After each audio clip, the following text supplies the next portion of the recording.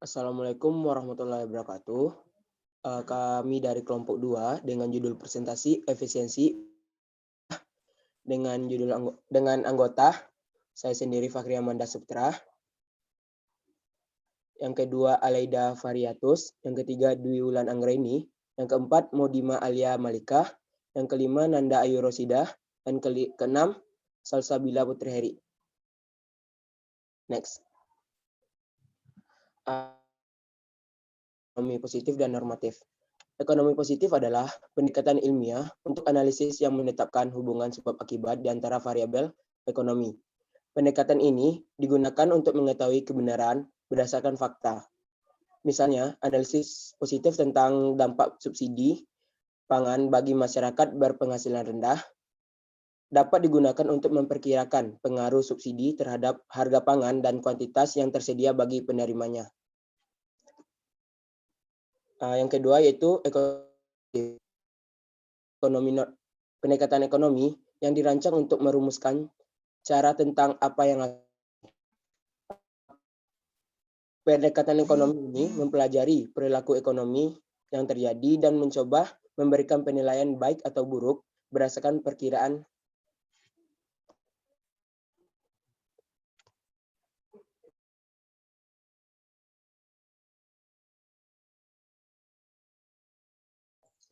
Selanjutnya ada analisis normatif, yaitu sesuai dengan efisiensi Pareto. Jadi definisi dari efisiensi itu sendiri adalah terpenuhinya saat seluruh sumber daya yang digunakan dalam periode waktu tertentu sudah tidak memungkinkan lagi untuk menambah kesejahteraan seseorang tanpa mengurangi kesejahteraan lainnya. Disebut juga kondisi Pareto optimum yang dicetuskan oleh tim Fredo Pareto pada tahun 1848 sampai 1923. Nah, keadaan efisien ini tercapai jika tidak ada lagi yang bisa dicapai atau usaha itu telah maksimal. Nah, jadi intinya keadaan efisiensi itu terjadi jika seluruh sumber daya yang ada itu sudah digunakan dengan maksimal dan tidak ada yang saling merugikan. Jadi titik efisiensinya itu terjadi ketika jika kita menambah sumber daya lagi, maka tambahan sumber daya tersebut akan merugikan orang lain. Contohnya misalnya ibu itu menyediakan 5 gelas susu. Nah, 5 gelas susu itu akan dibagikan nih kepada Andi dan juga Budi. Misalkan susu itu dibagi masing-masing satu kepada Andi dan Budi. Nah, pembagian itu tidak efisien tetapi adil. Kenapa tidak efisien? Karena kan jumlah sumber daya yang ada itu ada 5 nih. Tapi yang dipakai itu cuma 2. Berarti kan ada sisa 3 sumber daya yang tidak terpakai. Nah, hal ini tidak memenuhi konsep dari efisiensi itu sendiri. Terus misalnya si Andi ini pengen menambah susu menjadi 4 gelas susu. Berarti kan Andi punya 4 gelas susu dan Budi 1 gelas susu. Nah, ini tuh efisien tetapi tidak adil. Kenapa efisien? Karena Andi 4, Budi 1. Nah, itu sudah terpakai semua nih 5 sumber daya susu yang ada. Nah, akan tetapi tidak adil karena Andi hanya punya satu susu gitu. Nah, kalau misalkan 5-5-nya nih ternyata dipakai sama Andi dan Budi kan berarti nggak punya bagian, berarti Budi nggak dapat susu, terus Andi dapat susunya 5. Nah, itu berarti tidak efisien karena merugikan orang lain ketika bertambahnya penikmatan oleh si Andi tersebut. Nah, kurang lebih seperti itu untuk konsep efisiensi Pareto. Selanjutnya ini ada gambar dari grafik atau kurvanya. Jadi ada beberapa istilah yang harus diketahui dalam grafik efisiensi di dalam keuangan publik, yaitu ada MSB dan juga MSC. MSB itu sendiri singkatannya adalah marginal social benefit atau manfaat sosial marginal, atau kalau kita belajar tentang ekonomi mikro itu sama dengan marginal cost atau MC. Jadi manfaat sosial marginal dari suatu barang itu adalah manfaat tambahan yang diperoleh dengan membuat satu unit lagi barang tersebut yang tersedia per bulan atau selama periode lainnya. Selanjutnya yang kedua itu ada MSC atau marginal social cost. Mohon maaf, tadi yang MSB itu sama dengan marginal revenue, kalau MSC itu sama dengan MC atau marginal cost. Biaya sosial marginal suatu barang adalah jumlah minimum uang yang dibutuhkan untuk mengkompensasi pemilik input yang digunakan dalam memproduksi barang untuk menyediakan unit tambahan barang tersebut. Jadi kondisi efisiensi itu dikatakan efisien ketika MSB itu sama dengan MSC. Nah, jika digambarkan di dalam kurva, titik A dengan jadi ceritanya perusahaan ini memproduksi 10.000 roti. 10.000 roti ini ternyata di titik A MSC-nya itu lebih kecil daripada MSB-nya. Nah, ini tidak efisien. Kenapa? Karena jumlah roti yang maksimum itu ada 15.000 roti. Jadi yang terpakai di titik A itu hanya 10.000 roti, dan juga walaupun tidak merugikan, tidak maksudnya manfaat yang diberikan dari 10.000 roti ini tidak merugikan yang lain karena si MSB-nya itu lebih besar, tapi tetap tidak efisien secara konsep. Nah, jadi titik yang paling efisien itu adalah titik E, yaitu ketika perusahaan itu memproduksi 15.000 roti dengan MSC sama dengan MSB, yaitu dengan harga sebesar 1,5 dolar. Nah, untuk titik D dan juga C itu merupakan tidak efisien. Jadi segitiga DEC itu tidak efisien karena telah melebihi kapasitas maksimum. Jadi ketika 15.000 itu sudah dikatakan 15.000 roti itu sudah dikatakan maksimum, lalu perusahaan ingin menambah lagi menjadi 20.000 roti, maka biaya yang dikeluarkan itu justru lebih besar. Otomatis padahal manfaat yang diberikan atau pendapatan yang kita dapatkan itu sama gitu. Manfaat yang diberikan dari 20.000 roti itu sama dengan yang tadi diproduksi sebelumnya. Nah, padahal si konsumen ini harus mengeluarkan uang yang lebih. Nah, itu menyebabkan kondisi yang tidak efisien. Nah, selanjutnya beberapa mekanisme pasar yang terjadi itu yang efisien itu adalah mekanisme persaingan sempurna kan. Akan tetapi pada faktanya tidak ada persaingan yang benar-benar sempurna. Oleh karena itu disebabkan oleh beberapa sebab gitu. Nah, sebabnya itu misalnya karena informasi yang dibutuhkan oleh konsumen itu tidak selalu tersedia, sehingga ada kalanya bisa menyebabkan kelebihan ataupun kekurangan informasi di dalam pasar. Terus ada juga kompetisi yang tidak selalu efektif. Nah, ini disebabkan karena kekuatan monopolistik. Nah, ini nanti akan dijelaskan di slide selanjutnya. Terus yang ketiga itu ada dampak lahirnya dampak buruk industri seperti isu-isu lingkungan atau dampak dari eksternalitas negatif. Nah, yang keempat itu akan muncul kebutuhan masyarakat yang tidak bisa disediakan oleh pasar seperti fasilitas-fasilitas publik atau dalam hal pengadaan barang publik. Nah, contoh-contoh seperti inilah yang menyebabkan kegagalan pasar. Oleh karena itu diperlukan yang namanya intervensi pemerintah nih untuk menjamin efisiensi dan juga equity, yaitu fungsi alokasi, distribusi, dan stabilisasi. Dalam alokasi itu sendiri, pemerintah akan melakukan pengadaan barang publik, dan dalam distribusi pemerintah akan melakukan pemerataan dan berkaitan dengan konsep keadilan dengan menerapkan pajak. Dan stabilisasi, pemerintah membuat kebijakan moneter dan juga kebijakan fiskal.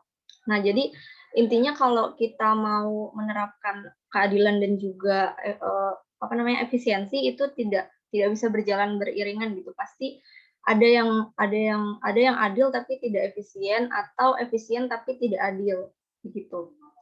Mungkin selanjutnya akan dijelaskan oleh teman saya.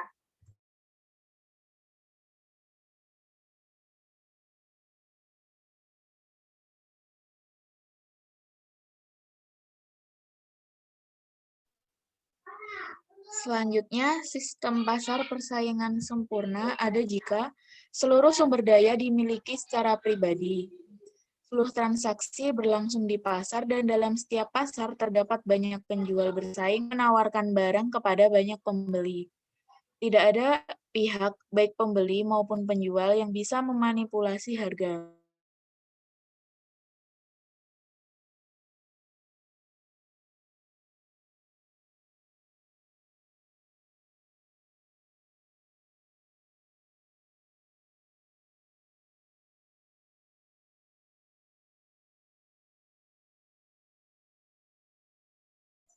Selanjutnya itu sistem pasar persaingan sempurna itu ada jika semua informasinya itu relevan atau dengan transaksinya itu tersedia bagi penjual dan juga pembeli.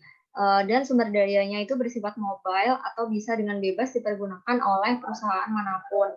Jadi intinya sistem pasar persaingan sempurna ini adalah ideal dari sebuah sistem pasar gitu. Tapi pada intinya tidak, pada realitanya sistem pasar persaingan sempurna itu tidak pernah terjadi gitu, karena ya beberapa hal tadi gitu. Kalau kita di dalam ekonomi publik itu kan ngomonginnya kesejahteraan. Nah, untuk memenuhi kesejahteraan itu pasti butuh dana. Nah, dananya itu kan berasal dari pajak. Pajak itu kan tadi menyebabkan inefisiensi atau kegagalan pasar. Nah, hal tersebutlah yang menyebabkan ada kalanya pasar itu tidak efisien. Selanjutnya,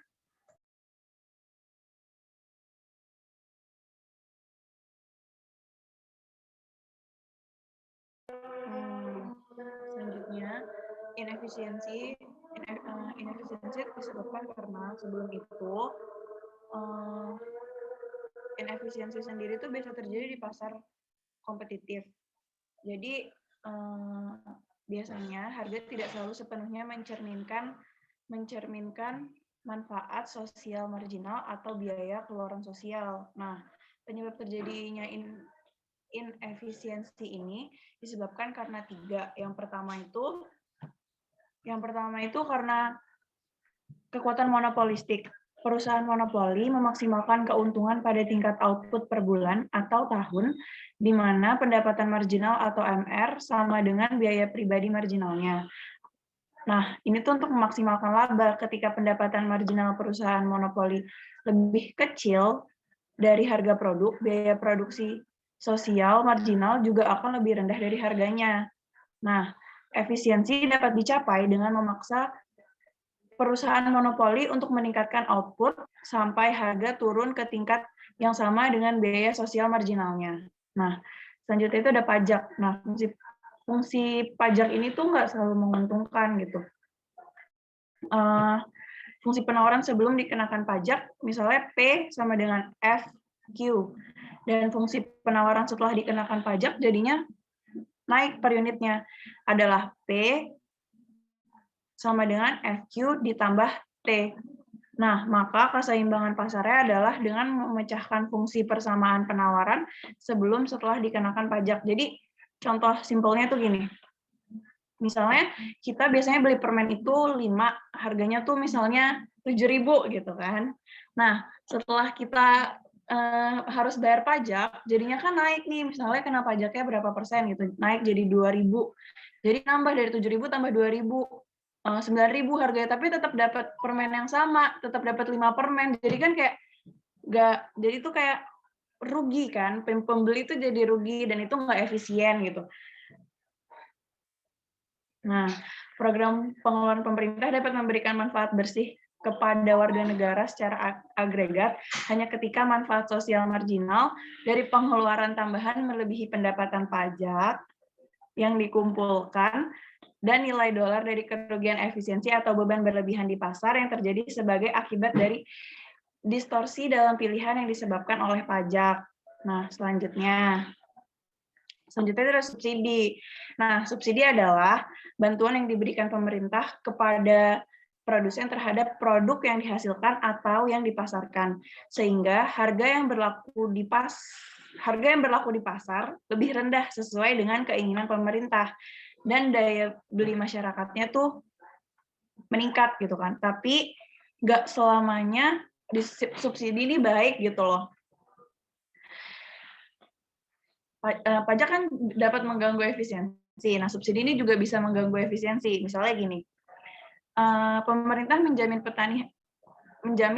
petani dengan harga tertentu untuk hasil panen mereka. Nah, ketika harga pasar turun di bawah harga target yang dijamin oleh pemerintah, pemerintah akan membayar petani yang memenuhi syarat subsidi yang setara dengan selisih antara harga pasar produk dengan harga target. Jadi misalnya petani ini harusnya misalnya jual beras ditargetinnya harganya 5.000.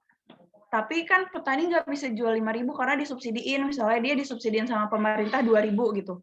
Jadinya petani tuh nggak maksimal gitu loh dapat untungnya. Jadi si produsen ini nggak maksimal untuk dapetin untungnya. Jadi itu juga nggak efisien untuk si produsen gitu.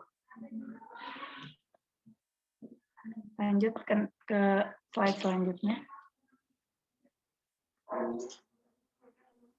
Baik, yang selanjutnya yaitu kegagalan pasar.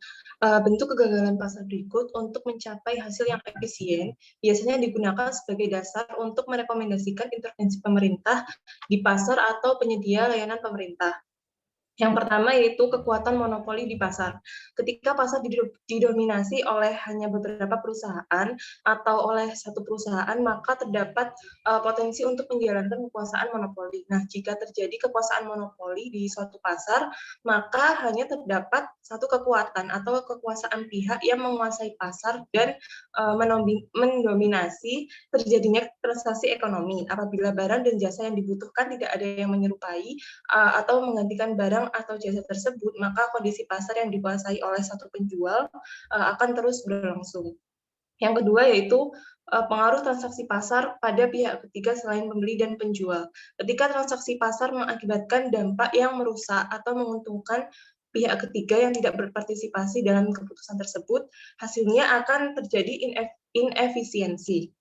Ketika dampaknya negatif, maka masyarakat akan menuntut kebijakan pemerintah untuk mengurangi dampak merusak atau menguntungkan dari transaksi pasar pada pihak ketiga yang tidak berpartisipasi dalam keputusan tersebut. Yang ketiga yaitu kurangnya pasar untuk barang dengan manfaat sosial marginal yang melebihi biaya sosial marginalnya. Dalam beberapa kasus, barang dan jasa yang bermanfaat tidak dapat disediakan secara efisien melalui pasar karena tidak mungkin atau sulit untuk menjual barang tersebut oleh unit.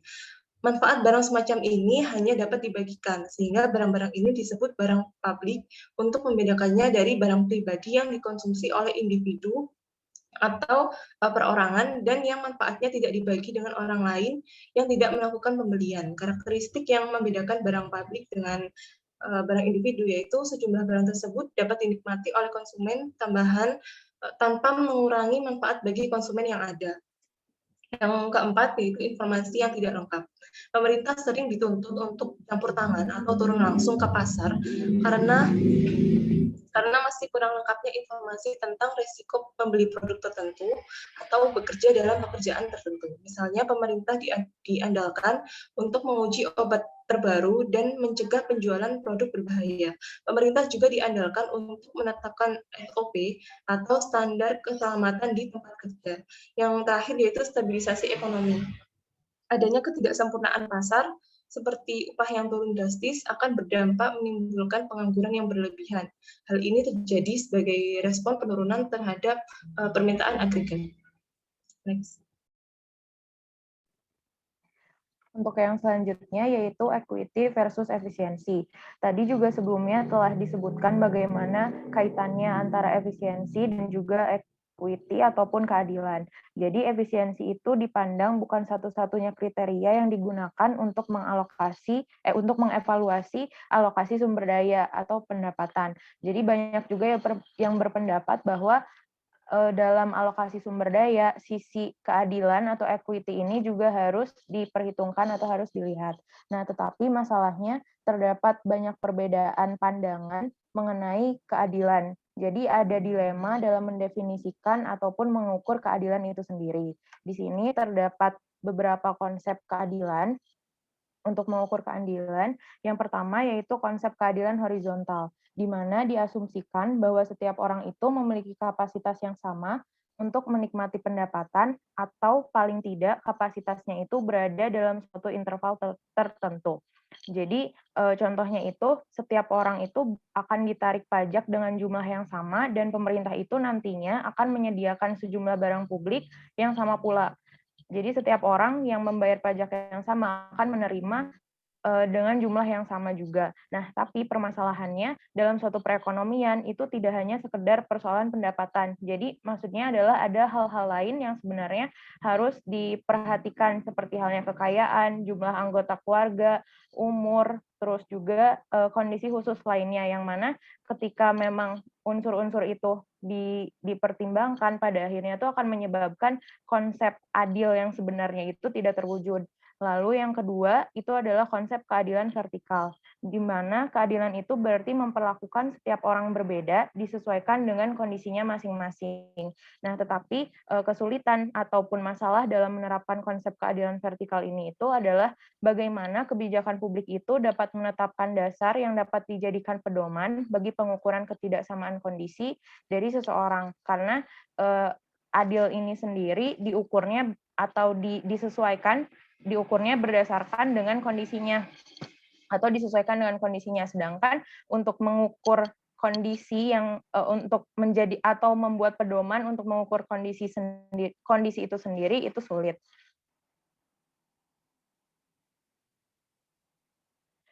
Yang selanjutnya adalah prinsip kompensasi.